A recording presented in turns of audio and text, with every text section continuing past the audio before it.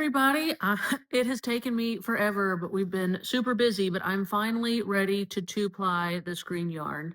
So I figured that while I had a quiet moment, it'd be a good time to film a little bit of this Gin and Spin segment. So what have I been so busy with, you wonder? It has been, we got new appliances, which I'm really excited about. Our old ones were, I, I don't know. As you know, we all like to complain they don't make things like they used to. All of our old appliances, all at like the 8-year mark, started dying. So we're very blessed. I'm excited we got them, but getting them installed was like a full-time job. And then the kids being home from school was like another full-time job. And then running a business is like third full-time job. So it has been a lot. And so I am celebrating. I was just finishing up this spin. I went and got our taxes done this morning. So let this be a good reminder to you that you need to at least start thinking about making that appointment, especially if you are a small business owner. I almost missed the deadline last year, even though you can get an extension, just because I got busy and forgot. So I'm very happy with myself that I have gone and done that this morning. And so I have this thing where after I go get my taxes done, because I always make the appointment super early in the morning so I can get it out of the way. And I like my tax guy, he's my friend. So afterwards, I was like, I've been celebrating the past couple years with going to Taco Bell because I love Taco Bell. I get the breakfast crunch wrap, and so then I come home and eat that with the dogs. And then I was actually having fun doing something fun working versus number crunching working, which is not as fun. So I was celebrating with a little bit of fun work after my celebratory crunch wrap. So life in the fast lane around here for sure. So I thought I was going to go ahead and like start this two-ply, and then I was going to tell you all of that about taxes and whatever while I was spinning. But I was thinking I always forget that there are a lot of people on YouTube that are watching these videos that are probably like new spinners. And so somebody might actually like to see the getting a two-ply started situation. So I figured instead of skipping filming that step, I will film that step and we'll have a quick little video, and then I gotta go get the kids. Okay, so for those of you who may be new to spinning and the idea of two-plying, I will give you a fast rundown here. When I say apply, I mean this is a single. So a single ply is this one strand of yarn. So since this is going to be a two-ply yarn, I have one single ply on one bobbin, one single ply on another bobbin, and then we're going to twist those together in a counterclockwise way on the third one. So I have 3 bobbins happening here, one that is empty, 2 that are full. So the way that I'm going to do this, and let's see, on this particular spinning wheel, you put the lazy cake collapses. So I'm going to put my pegs over here for my lazy cake. And I've got one, then both my bobbins, let's see, and the third peg. So what I'm doing, if you were wondering, is I'm taking my 2 bobbins. Let me take this one off. And this is a Spinolution brand spinning wheel. So that's how you can see they're all magnets. So that's how, this one all comes apart. So it's real easy, as you could see. So I'm going to just snap those 2 bobbins off. They're going to be on the lazy Kate on this side. So you can see there's 3 pegs. And then I've got my empty one that it's a magnet in here too. So that's just going to lock into place. And then the magnet, that's going to lock into place. And then I've got my leader thread that since I spun these clockwise, I'm going to ply them counterclockwise. So for me, that just looks like I'm going to bring the leader thread. When I spun it this way, and I'm going to apply it this way. I'm going to bring that around, and this is just a thread that's 2 kind of things tied together. And you can see it's got some like fiber boogers here on the bottom, but I don't really care.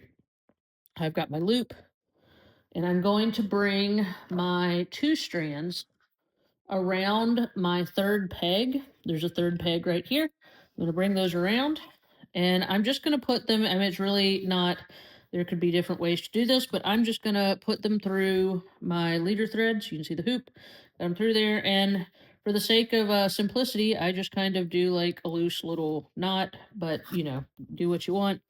That's what I do, and then I'm going to get it going in a counterclockwise way, and it's just going to, you can see, start 2-plying. It goes in this, around the orifice hook that, once again, that's a Spinolution thing. and then it is slowly being fed down the side of this bobbin, and then we'll wrap onto here, or down the flyer arms, and then wrap onto the bobbin. And I love 2-ply. It's pretty brainless. And of course, like I said, that little knot where you saw where I tied it together and it looked kind of, funky, is just right here. And don't stress about it because it's just the part that attaches to the bobbin. You can see this part here all looks very smooth.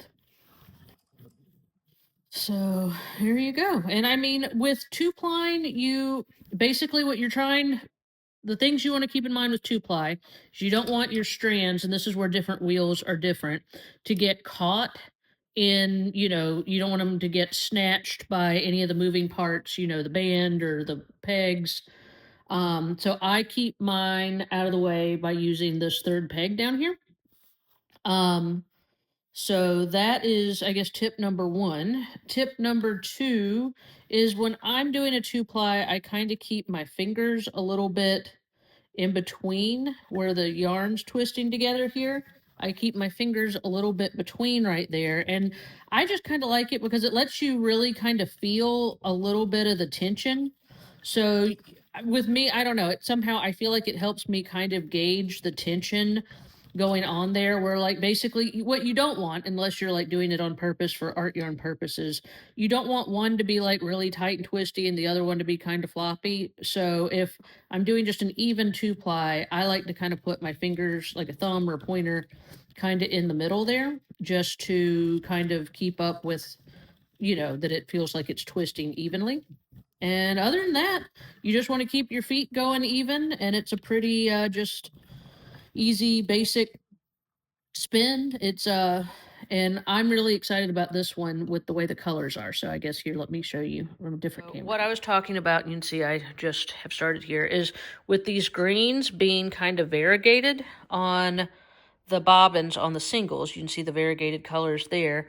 The way they're coming together on the bobbin is going to be, kind of some dark, some light. And it's not going to be like straight up barber pole, but it's going to be a really pretty like ombre spin. So I'm really excited about how, even though this was just kind of a simple, you can watch in some of my other videos where I was spinning the singles, kind of a simple fiber of just kind of variegated greens, I think this is going to come together really pretty. You can also see how the yarn are coming around that bottom peg. So that's just kind of how I've got that set up here to 2-ply on my King Bee.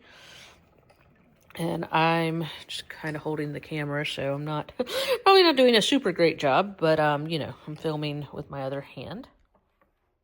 Well, now that I've gotten past the basics of setting up a 2-ply, I don't really have anything too exciting, not really any sort of exciting fiber world or, indie business gossip. I have just been, like I said, busy. It's been the first little part of the year, and we just got the kids kind of back in school like they're supposed to be, so it has just been a whirlwind of fundraisers and kids sports and tournaments, and my girls are definitely, they're 9 and 11 now, so it is any of you who've been watching them grow up on YouTube, they are out and about and doing stuff. So I am definitely being mom taxi most of the time, and I'm just been running around doing stuff, and then like I said, just doing taxes and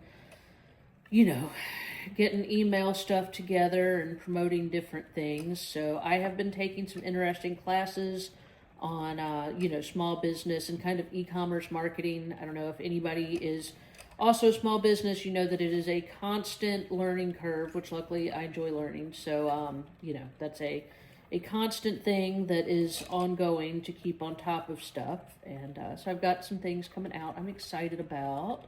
So lots of new fun colors with all of our subscriptions. And this this quarter's Cottage Industry Yarn subscription, the yarn that's currently going out is from Drezzo Family Farm, and you can find an unboxing of that a few videos back.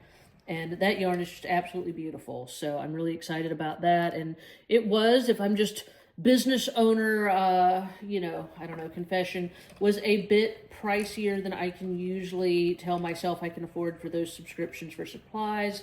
But I love working with that farm, and I definitely, I know mill prices and wool prices, their prices are going up. So the fact that I could afford to handle that for those subscriptions and, help support a farm that I really love and then get some yarn that I hope my subscribers really love.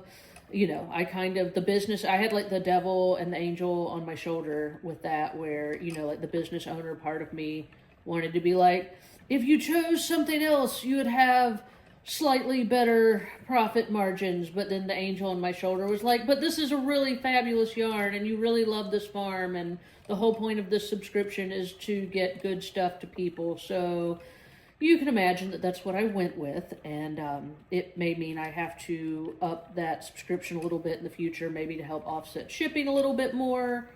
But, it's doing what it's supposed to do, and it's making me happy, and it's, getting small farm yarns into the hands of crafters, which was what that particular subscription especially was about. So if you are a knitter or crocheter, go check that out. It is the Cottage Industry Yarn subscription on my website.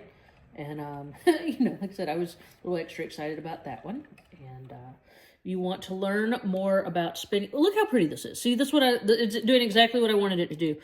See the really pretty gradient between like the light and the darks. So, I mean, even though it didn't look like a really exciting braid, I really am excited about how this is coming together. This is going to be absolutely beautiful yarn. So, and this is the Shanico wool that we use for a lot of our subscriptions for the Braid of the Month or the Fiber Artist Design Bundle. Shanico is a U.S. wool out of Oregon that is kind of a combination of merino and rambouillet. Not like merino and rambouillet blended together, but like the sheep themselves are kind of a bred combination of merino and rambouillet. And anyhow, I love it. It's great, and it's very ethically sourced, and high standards, and milled in North Carolina, and sheep live in Oregon, and once again, all the things that I love and what I want to promote. So that's the wool that is in here, and that I'm spinning, and I love how that's turning out. So anyhow, if you are a newer spinner and you feel like you understood two-ply better from listening to me, I know everybody has a different teaching style. So my teaching style may either totally do it for you or totally not do it for you. And I'm not here to talk you into one way or the other. But if you would like more information on learning about spinning from me, either drop spindle or spinning wheel or both or whatever, I do have a handful of different courses on everything from beginner to art yarn on my website, so go check that out. But I think that's going to be it for today's Gin and Spin. And I definitely need to go microwave myself a cup of coffee before I go pick up my kids. But I hope you have a great day, and I'm really excited about this yarn. I will have to post pictures.